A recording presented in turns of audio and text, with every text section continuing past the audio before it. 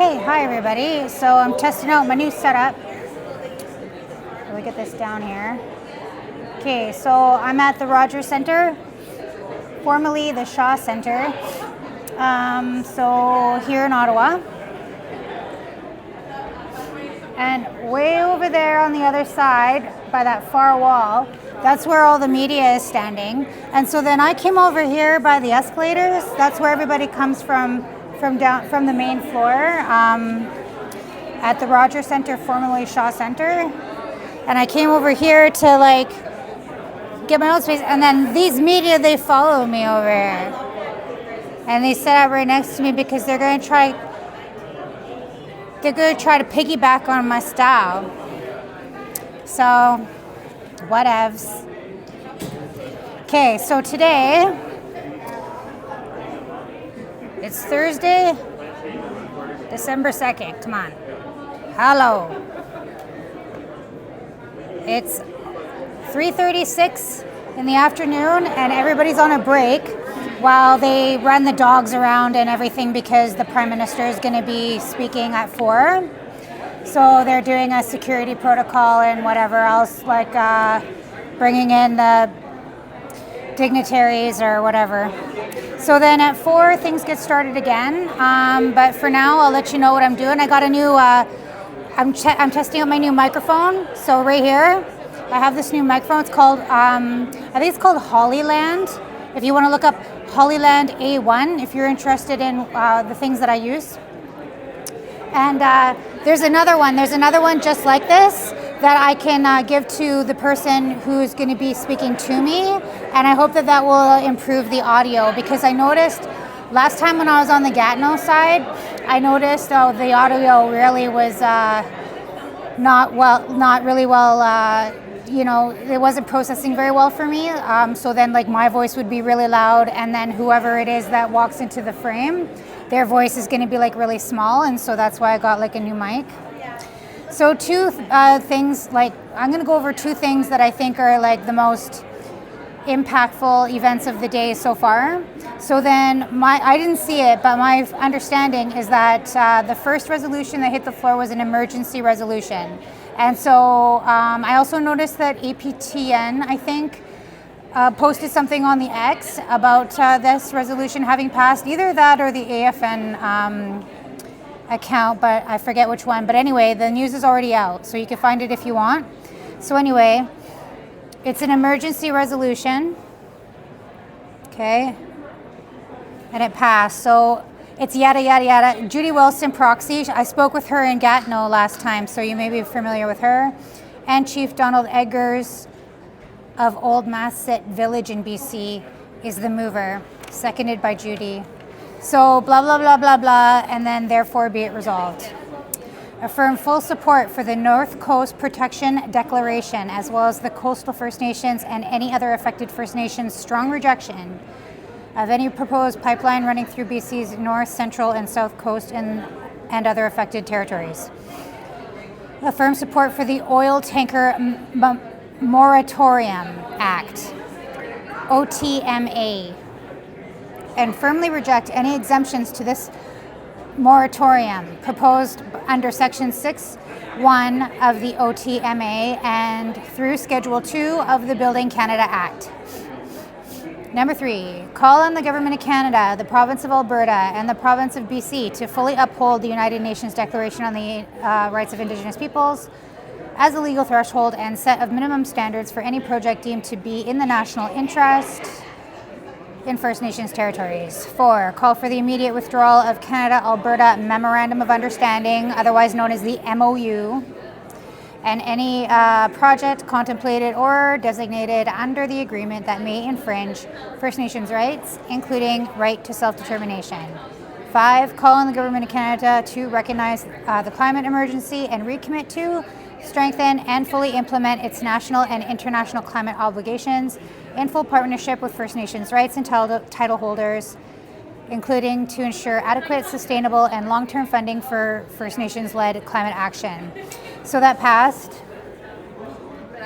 And then Resolution 1, which is criminalizing speech, to which I am opposed. Moved by Chief David Monius, Manitoba, and Sheldon Kent, also Manitoba. And we know that bill, 254 it is now, was brought by the NDP MP for Winnipeg Centre, Leah Gazan, who is here and looks terrible. Okay.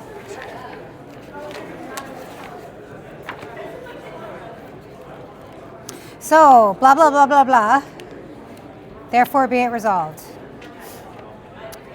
Number 1, call upon the Government of Canada to introduce and adopt legislation to criminalize the public condoning, denial, justification, or minimization of the Indian residential school system and the unmarked graves of Indigenous children, recognizing such denialism as hate speech against Indigenous peoples.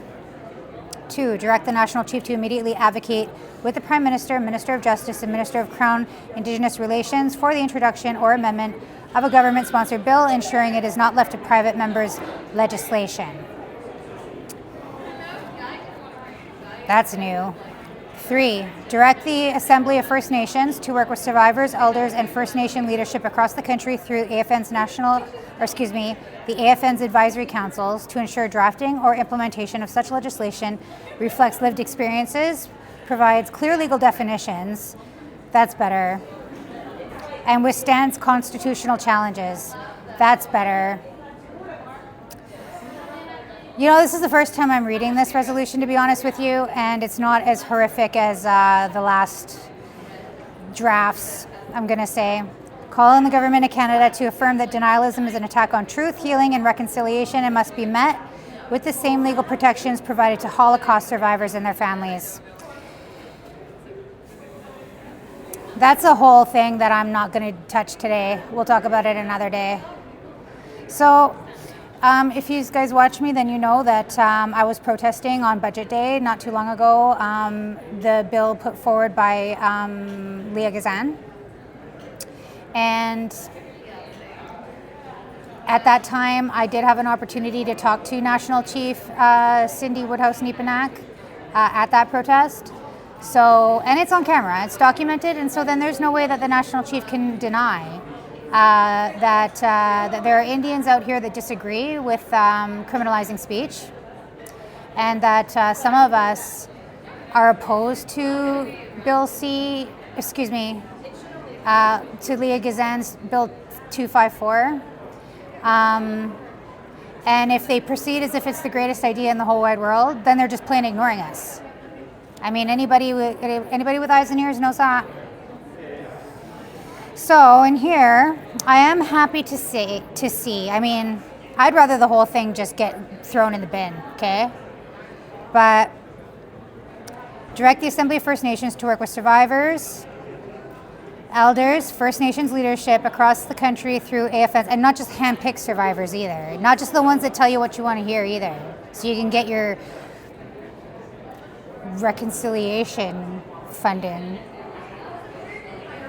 To ensure the drafting or amending of such legislation reflects lived experiences, provides clear legal definitions, and withstands constitutional challenges. The way that Bill 254 is drafted sure as heck isn't going to sustain or withstand any challenges. So, Resolution 1, 2025 is somewhat improved upon previous drafts based on that. So anyway, it is what it is. Okay, so I'll tell you what's my strategy out here. Like, you know, in terms of like ethics and what you're gonna do. So, citizen journalist, MMIWG survivor. So those are my credentials. What I'm gonna do is I'm just gonna stand here and hold this sign that I made. I think that tomorrow I'll print one off my computer and I'll bring it here. So I'm just gonna stand here like this. I show to people this. And when they come to me, like I'm not gonna have the camera rolling, not until like they're ready, and I'll give them a mic if they wanna have a mic and stuff like that. And then I have 2 questions already pre-drafted, the ones that like I'm interested in. So the first policy issue is this denialism BS.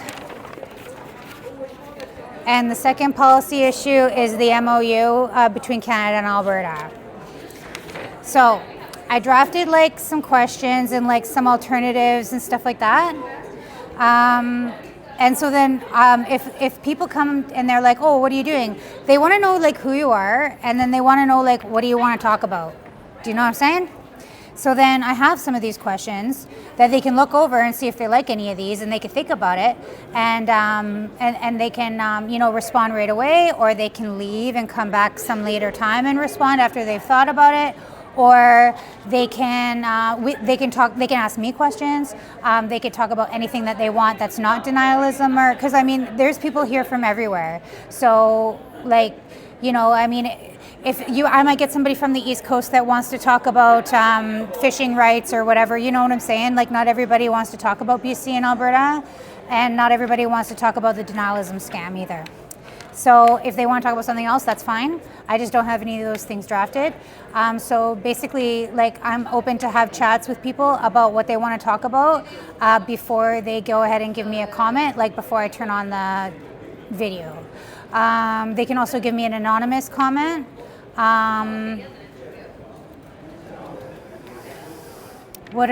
they can also just give me comments that are not recorded, so that I don't have to put a video up on the internet. I would just take notes of what, like, the information that they want to share, or the data that they want to share with me. So like, I'm asking for people's data, and I think that should probably be done in an ethical way, and any ethical human being knows that that's the right way to do it. And so, for example, these are like some of the ideas that I have going of what I'm going to do. And so that's just to show you, if you're thinking about doing something like this, I'm not into all these like journalistic tactics, like this whole like pounce on people, these whole gotcha strategies and all this kind of jazz. Like, no. So I think that, we're talking about genocide here. Okay, it's not like how do you like winterlude? Okay, so that's pretty much it. I think I'll wrap up this video, and now it's like 4:45 when everybody's going to be getting back in there. So for about 15 minutes, I'm going to be holding up my sign and see what happens.